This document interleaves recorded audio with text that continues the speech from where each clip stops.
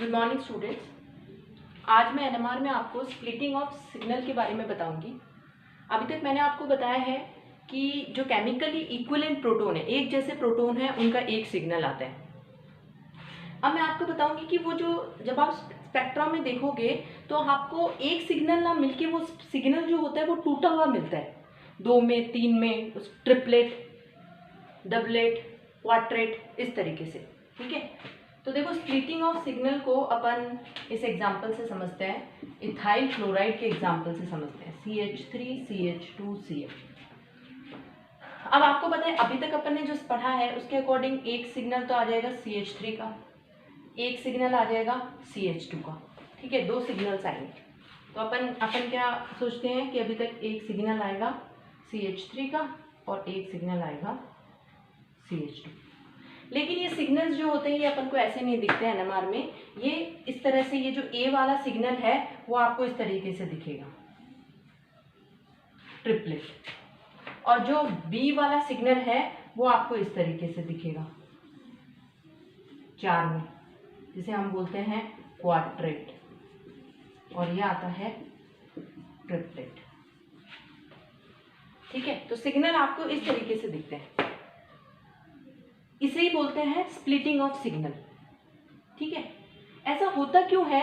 क्योंकि जो CH3 के प्रोटॉन्स हैं वो अपने पास वाले कार्बन पे जुड़े हुए प्रोटॉन्स के न्यूक्लियर स्पिन्स के साथ इंटरेक्शन करते हैं। मतलब उस पास वाले प्रोटॉन्स पे जो न्यूक्लियर स्पिन है, चाहे वो +½ है या -½ है, उसके कारण इन प्रोटॉन्स पे भी असर पड़ता है और इनका सिग्नल स्प्लिट हो जाता है। ठीक है, इसी को बोलते हैं स्प्लिटिंग ऑफ सिग्नल। जब कोई प्रोटॉन पे अपने पास वाले प्रोटॉन के न्यूक्लियर स्पिन का जो प्रभाव होता है, जिसके कारण उसका सिग्नल स्प्लिट हो जाता है, मल्टीप्लिट, एक से ज़्यादा सिग्नल्स में, तो उसे बोलते हैं यहाँ पर स्प्लिटिंग ऑफ सिग्नल। ठीक है, अब देखो करते कैसे हैं स्प्लिटिंग ऑफ सिग्नल की। जैसे मान लो आपको CH3 का निकालना था, तो आप कैसे निकालोगे कि पास वाले कार्बन पे कितने प्रोटॉन्स हैं। तो पास वाले कार्बन पे 2 प्रोटॉन है, +1, तो 3 आ गया। इसका मतलब CH3 कितने में टूटेगा? 3 में। ऐसे ही अगर आपको CH2 का निकालना है तो अपन कैसे निकालेंगे? पास वाले कार्बन पे कितने प्रोटॉन है? 3 + 1, 4 आ गया, तो क्वाड्रेट आ गया। तो जो रूल होता है वो होता है N+1 का, कि पास वाले कार्बन पे कितने प्रोटॉन है वो तो हो गया N, और उसमें +1 कर दो, उतने में वो उस प्रोटॉन का सिग्नल जो है वो टूट जाएगा। ठीक है, तो ये स्प्लिटिंग ऑफ सिग्नल एग्जाम में आपसे नंबर ऑफ सिग्नल के साथ साथ उसकी स्प्लिटिंग भी पूछते हैं। ठीक है, देखो जैसे एक और एग्जांपल देखो, CH3 CH2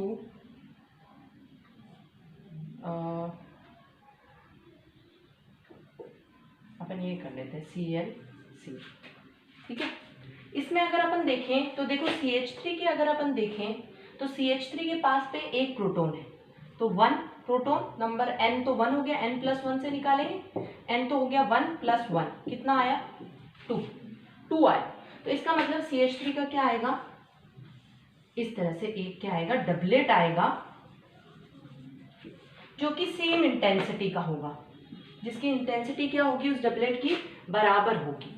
ठीक है, ये इंटेंसिटी वाला अभी अपन रीजन देखेंगे कि क्यों बराबर आती हैं, कईयों में ऊपर नीचे आती हैं, वो भी देखते हैं। पहले मैं आपको बताती हूँ कि किस तरीके से आप किसी प्रोटॉन का सिग्नल कितने में स्प्लिट होगा ये पता लगाएं। तो अब ये तो किसका हुआ? CH3 का। क्यों? क्योंकि इसके पास वाले कार्बन पे एक प्रोटॉन है। अब CH का निकालें तो CH के पास पे 3 है। CH के ये जो हाइड्रोजन है इसका सिग्नल कितने में स्प्लिट होगा ये जब निकालेंगे तो पास वाले कार्बन पे हाइड्रोजन देखेंगे 3 है, 3 + 1 कितना हो गया? 4। तो इसका सिग्नल इस तरह से क्वाड्रेट आएगा, क्वाड्रेट, 4 में स्प्लिट होगा। ठीक है, तो ये एग्जांपल।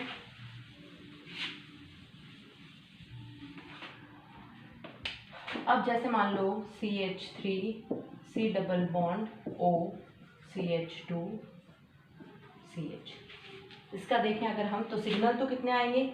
1 2 3।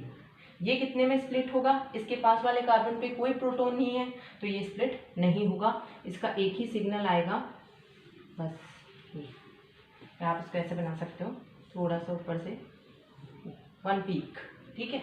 यहाँ पे ये वाला अपने पास पे 3 प्रोटॉन है, तो 3 + 1 कितना हो जाएगा 4, तो इसका आएगा इस तरीके से, ठीक है। यहाँ पे क्योंकि तुम्हारे पता है कि यहाँ पे 3 है तो पास वाले पे 2 है, इसका देखना है, तो पास वाले पे 2 + 1 1 3, तो ट्रिपलेट आ जाएगा। तो इस CH3 का जो सिग्नल है वो कितने में स्प्लिट होगा, 3 में स्प्लिट होगा, ऐसा। ओके, एक और आप देखो प्रोपेन में। अब क्या, अभी तक तो अपन सिर्फ पास में एक ही कार्बन था, अब आप प्रोपेन में देखो। प्रोपेन में क्या होगा, देखो एक ये A है, ये B है, और इसका तो वही सिग्नल होता है, दोनों की CH3 का एक ही सिग्नल आता है और एक सिग्नल आता है CH2 का। तो इन CH3 का जो सिग्नल आएगा वो तो कितने में स्प्लिट होगा, इस पास वाले CH2 से, क्योंकि 2 + 1 3 हो जाएंगे, तो ट्रिपलेट आएगा।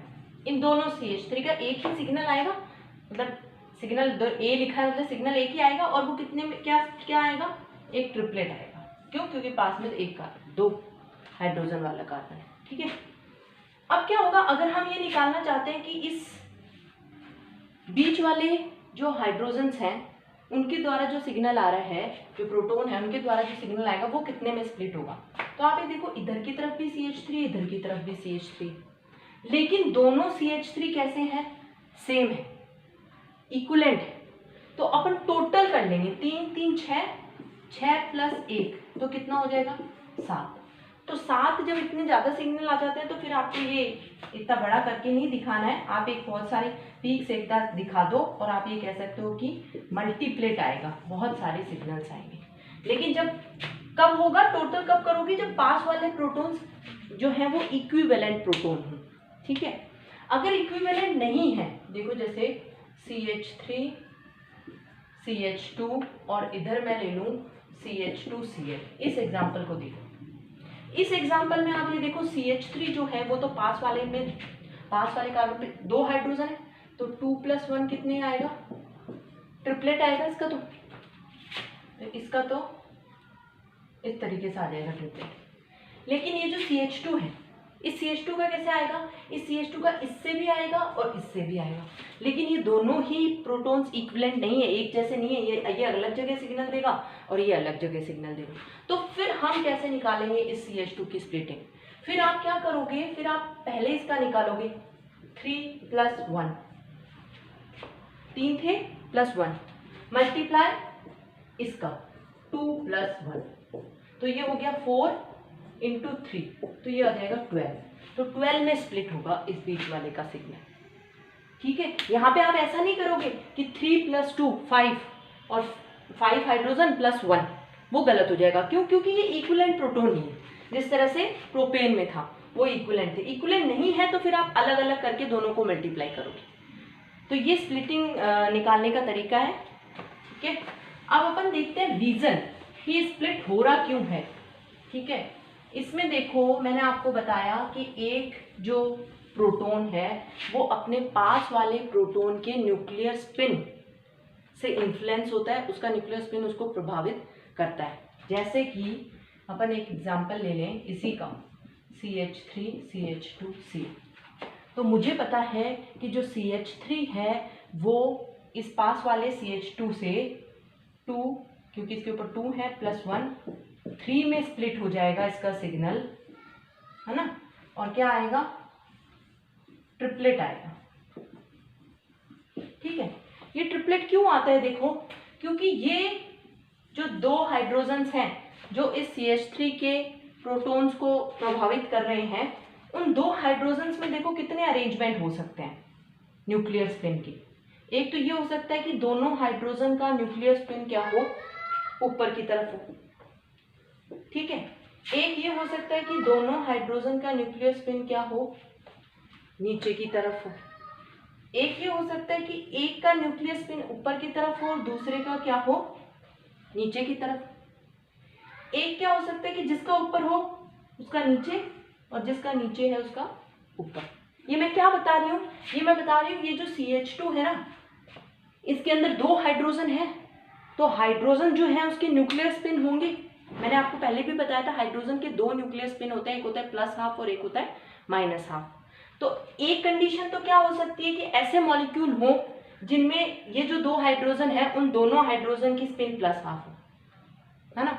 एक कंडीशन कुछ मॉलिक्यूल्स ऐसे हो सकते हैं जिनमें दोनों हाइड्रोजन के एक साथ, एक की -½ है तो दूसरे की भी -½ हो, और एक कंडीशन ये हो सकती है कि एक की +½ हो तो दूसरे की -½ और पहले वाले की जब -½ हो तो दूसरे वाले की +½ ये 3 अरेंजमेंट हो सकते हैं इस इथाइल क्लोराइड के मॉलिक्यूल में, ठीक है।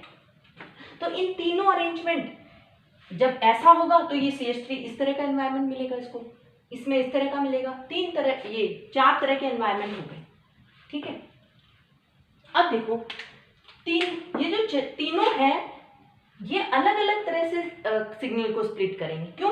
क्योंकि यहाँ पे तो दोनों प्रोटॉन्स की न्यूक्लियर स्पिन एक ही डायरेक्शन में और ये उसी डायरेक्शन में है जिस डायरेक्शन में अपन ने बाहर से मैग्नेटिक फील्ड लगा रखी है।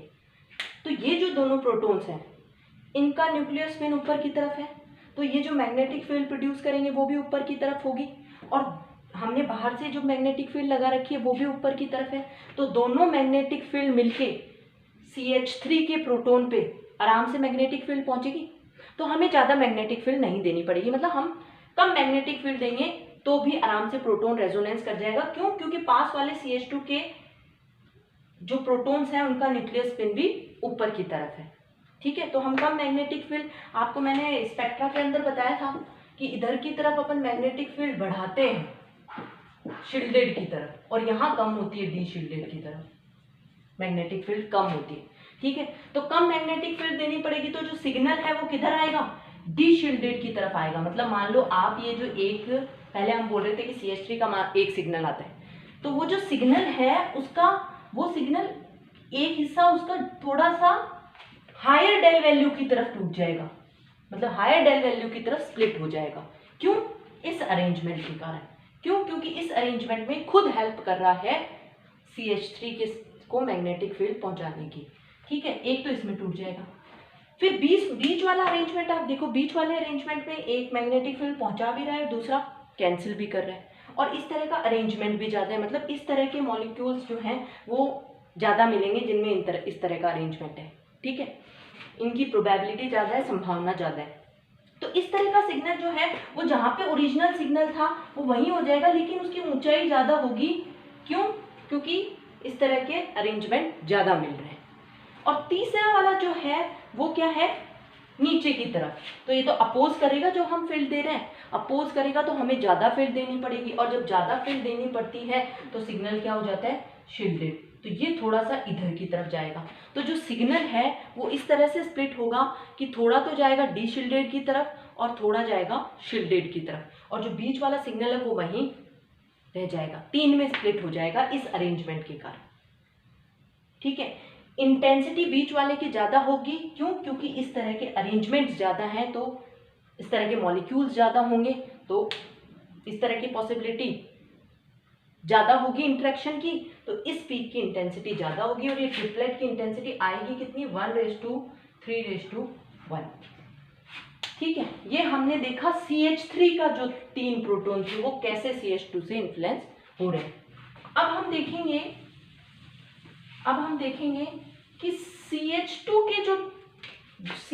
के जो प्रोटॉन्स हैं वो कैसे CH3 से टूट रहे हैं, है ना। आपको पता है पास वाले पे 3 है, तो 3 + 1 कितना हो गया? 4 में टूटेगा, ठीक है। 4 टूटेगा तो अपन इसको क्या कह देंगे? क्वाड्रेट। अब आप देखो ये CH2 वाले इस CH3 के कारण टूट रहे हैं, तो इन 3 प्रोटॉन्स का अलग अलग अरेंजमेंट होगा जो कि प्रभावित कर रहे हैं CH2 के प्रोटॉन को। क्या हो सकता है? एक मॉलिक्यूल, कुछ मॉलिक्यूल्स ऐसे हो सकते हैं जिनमें ये तीनों प्रोटॉन का न्यूक्लियर स्पिन ऊपर की तरफ हो, कुछ मॉलिक्यूल्स ऐसे हो सकते हैं जिनमें ये तीनों का न्यूक्लियर स्पिन नीचे की तरफ हो, कुछ मॉलिक्यूल्स ऐसे होंगे जिसमें 2 ऊपर की तरफ 1 नीचे की तरफ, कुछ फिर कैसे होंगे? ये 2 ऊपर की तरफ, और कुछ ऐसे हो। देखो इसमें 2 ऊपर की तरफ है, पहले ये 2 ऊपर की तरफ हो गए, फिर ये। कुछ ऐसे होंगे जिसमें 2 नीचे की तरफ 1 ऊपर की तरफ, फिर ये ऊपर की तरफ, ये 2 नीचे की तरफ, और फिर ये 2 नीचे की तरफ और बीच वाला ऊपर की तरफ। ठीक है, तो ये 4 अरेंजमेंट पॉसिबल है और अरेंजमेंट पॉसिबल नहीं। तो तीनों ऊपर की तरफ हों, तो अभी मैंने बताया था कि इसका मतलब ये तीनों प्रोटॉन ऊपर की तरफ है, तो बाहर वाले मैग्नेटिक फील्ड को सपोर्ट कर रहे हैं CH2 के प्रोटॉन तक पहुंचने के लिए, तो हमें कम फील्ड देनी पड़ेगी और ये उस सिग्नल को डीशिल्डेड रीजन की तरफ स्प्लिट करेंगे। लेकिन अमाउंट में कम है, नंबर में कम है, तो सिग्नल थोड़ा छोटा आएगा। ये नंबर में ज़्यादा है लेकिन 2 ऊपर की तरफ है, सपोर्ट ही कर रहे हैं, नीचे की तरफ तो एक ही है, तो ये भी थोड़ा किधर आएगा, डीशिल्डेड की तरफ ही आएगा। ये नीचे की तरफ है, एक ऊपर की तरफ है, इसलिए नीचे की तरफ ज़्यादा है तो किधर की तरफ आएगा, शील्डेड की तरफ, और वो वाला पूरे नीचे की तरफ है तो ये, इसलिए मैं साइड वाले दोनों जो आपके पीक्स हैं उनको नीचे की तरफ रखती हूँ और बीच नीचे होती हैं थोड़ी हाइट में और वो ऊंची होती है। इसकी इंटेंसिटी होती है 1:3:1।